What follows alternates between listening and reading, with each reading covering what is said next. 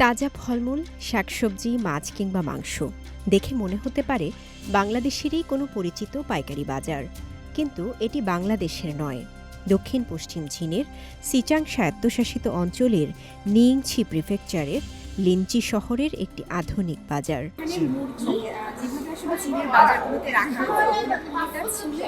তারপর হাঁস বা মুরগি এই জাতীয় যেসব প্রাণী আছে তারা এইভাবে রেখে দেয় এবং ক্রেতারা এসে এখান থেকে পছন্দ করে তারপর কিনে থাকে।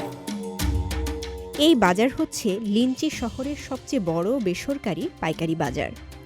করোনা মহামারীর সময় অনেক দোকান বন্ধ থাকলেও এই শহরের লোকদের দৈনন্দিন জীবন স্বাভাবিক রাখতে এই পাইকারি বাজার বন্ধ হয়নি। এই পাইকারি বাজারটি চলছে একটি সুনির্দিষ্ট পরিকল্পনা ও নিয়ম অনুযায়ী, আর বাজারটির পুরো ব্যবস্থাপনা করছেন এক নারী উদ্যোক্তা।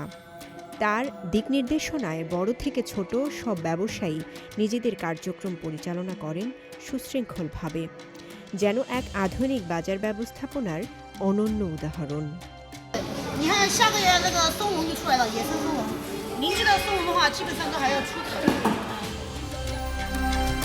এই নারী উদ্যোক্তা চীনের সিচুয়ান প্রদেশের ছেংতু থেকে এসেছেন। লিঞ্চির বাসিন্দাদের সরলতা তাকে এতটাই মুগ্ধ করে যে তিনি এইখানে ২০ বছর ধরে ব্যবসা চালিয়ে যাচ্ছেন। এই পাইকারি বাজারে ২০২টি স্টল আছে। এই উদ্যোক্তার নিজস্ব ২টি স্টোরও রয়েছে এখানে। এই স্টোরগুলোতে স্থানীয়রা পণ্য বিক্রি করেন। তাদের মাসিক স্টোরের ফি খুব কম, বিশেষ করে মহামারীর পর কারো কারো ব্যবসা আগের চেয়ে পতন হওয়ায় মালিক স্টোরের ভাড়া ১ বছর বা ২ বছর মওকুফ করে দিয়েছেন।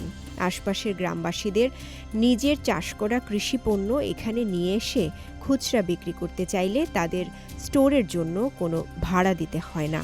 স্থানীয় অর্থাৎ তিব্বতী জাতির লোকদের জীবন আরও সমৃদ্ধ করা এই নারী উদ্যোক্তার লক্ষ্য। লিঞ্চির এই বাজার ঘুরে দেখা যায় নিয়ম, পরিচ্ছন্নতা আর শৃঙ্খলার এক অনন্য সমন্বয়। পণ্যের মান যাচাই থেকে শুরু করে বর্জ্য ব্যবস্থাপনা সবই চলে প্রযুক্তির মাধ্যমে।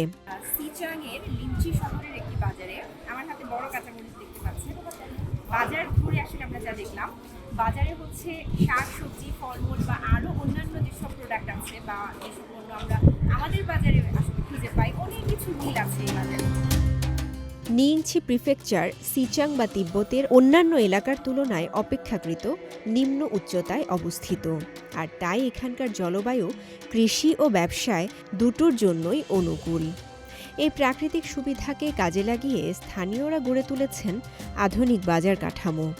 প্রাকৃতিক সৌন্দর্যের জন্য বিখ্যাত নিংছি এখন উন্নয়ন, শিক্ষা ও প্রযুক্তিতেও এগিয়ে।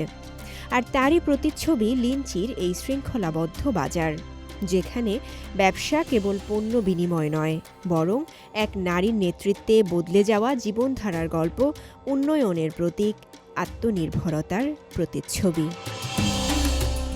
সিচাংয়ের লিঞ্চি থেকে রওজা জাবিদা ঐশী, সিএমজি বাংলা।